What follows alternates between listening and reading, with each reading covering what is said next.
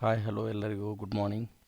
ಇವತ್ತು ನಾನು ನಿಮಗೆ ಕಾಂಪಿಟೇಟಿವ್ ಎಕ್ಸಾಮಿನೇಷನ್ಗೆ ಸಂಬಂಧಪಟ್ಟಿರ್ತಕ್ಕಂಥ ಪ್ರಶ್ನೆಗಳು ಯಾವ ಥರ ಬರ್ತಾವು ಅನ್ನೋದ್ರ ಬಗ್ಗೆ ಒಂದು ವಿಡಿಯೋ ಮಾಡ್ತಾ ಇದ್ದೀನಿ ಸ್ನೇಹಿತರೆ.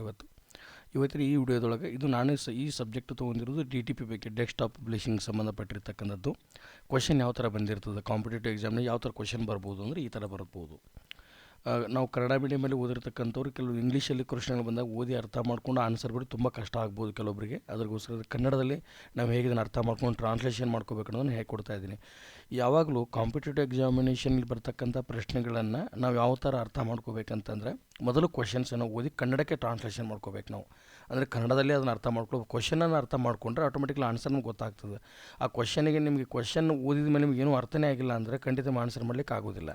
ಸೊ ಆನ್ಸರ್ ಹೆಂಗೆ ಮಾಡ್ಬೇಕಂತಂದರೆ, ಮೊದಲು ಕ್ವಶನ್ ಹೆಂಗೆ ಅರ್ಥ ಮಾಡ್ಕೋಬೇಕಂತಂದರೆ, what is the shortcut key to display a full screen preview of the graphics and drawing in Corel Draw ಅಂತ ಅದು ಕ್ವಶನ್. ಇಲ್ಲಿ ಕೆಳಗಡೆ MCQ ಕ್ವಶನ್ಸ್ ಇವೆಲ್ಲ ಮಲ್ಟಿಪಲ್ ಚಾಯ್ಸ್ ಕ್ವಶನ್ ಅಂತ ಕರಿತೀವಿ. 4 ಆಪ್ಷನ್ಸ್ ಕೊಟ್ಟಿದ್ದಾರೆ, ABCD 4. ಒಂದೇದು F4, F9, F1, F2 ಅಂತ ಇದೆ.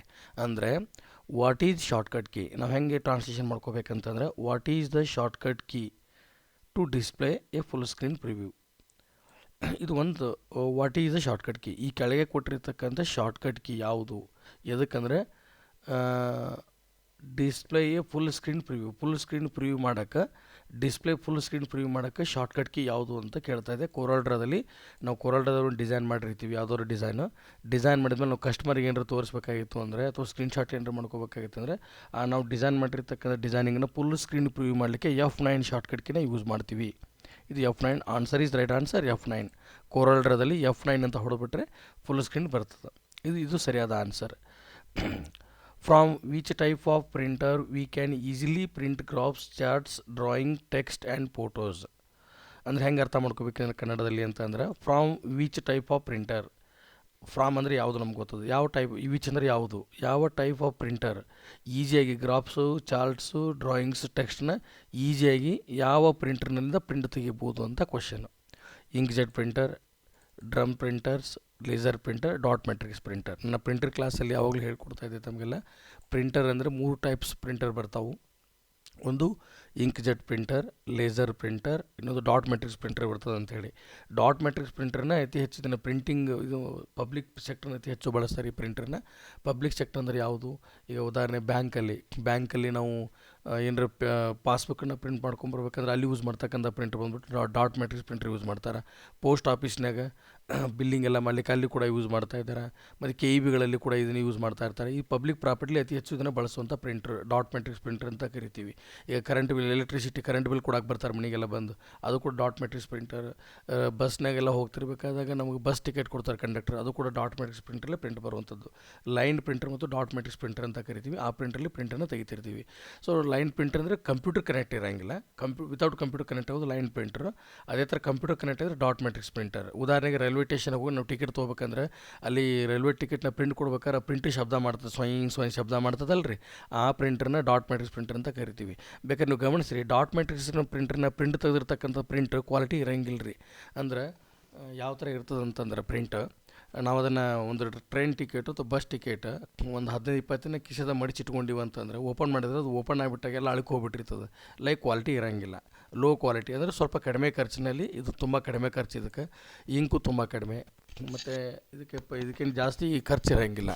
ರಿಬ್ಬನ್ನು ಕೂಡ ಕಡಿಮೆ ಇರ್ತದೆ, ಸ್ವಲ್ಪ ಖರ್ಚು ತುಂಬ ಕಡಿಮೆ ಇರ್ತದೆ ಈ ಒಂದು ಪ್ರಿಂಟ್ರಿಗೆ. ಅಂದರೆ ಈ ಒಂದು ಡಾಟ್ ಮೆಟ್ರಿಕ್ಸ್ ಪ್ರಿಂಟ್ರಿಗೆ. ಲೇಸರ್ ಪ್ರಿಂಟ್ ಅಂದರೆ ಬ್ಲ್ಯಾಕ್ ಆ್ಯಂಡ್ ವೈಟ್ ಪ್ರಿಂಟ್ರ್, ಎಲ್ಲ ಟೈಪ್ಸ್ ಪ್ರಿಂಟಿಂಗನ್ನು ನಾವು ಇದರಲ್ಲಿ ತೊಗೊತೀವಿ.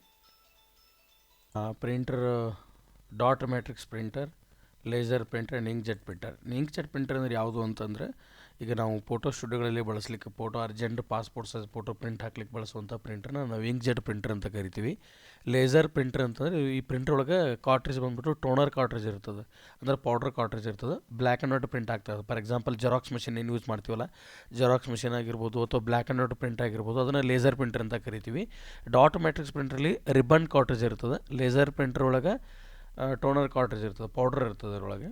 ಇಂಕ್ಜೆಟ್ ಪ್ರಿಂಟರ್ ಅಂದರೆ ಲಿಕ್ವಿಡ್ ಕಾರ್ಟ್ರೇಜ್ ಇರ್ತದೆ, ಅಂದರೆ ಇಂಕ್ ಟ್ಯಾಂಕ್ ಇರ್ತಾವೆ, ಇಂಕನ್ನು ನಾವು ಹಾಕಬೇಕಾಗ್ತದೆ.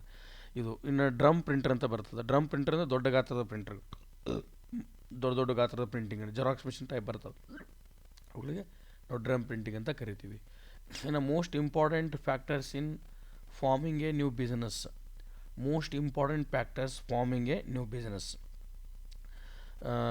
ಮೋಸ್ಟ್ ಇಂಪಾರ್ಟೆಂಟ್ ಫ್ಯಾಕ್ಟ್ರಿ ಯಾವುದಪ್ಪ ಅಂತಂದರೆ, ಒಂದು ಹೊಸ ಬಿಸ್ನೆಸ್ನ ಶುರು ಮಾಡಬೇಕಂದ್ರೆ ಇದು ಕೆಳಗೆ ಕೊಟ್ಟಿರ್ತಕ್ಕಂಥ 4 ಆಪ್ಷನ್ಸಲ್ಲಿ ಮೋಸ್ಟ್ ಇಂಪಾರ್ಟೆಂಟ್ ಫ್ಯಾಕ್ಟ್ರಿ ಯಾವುದಪ್ಪ ಅಂದರೆ marketing, government support, financial support, family support.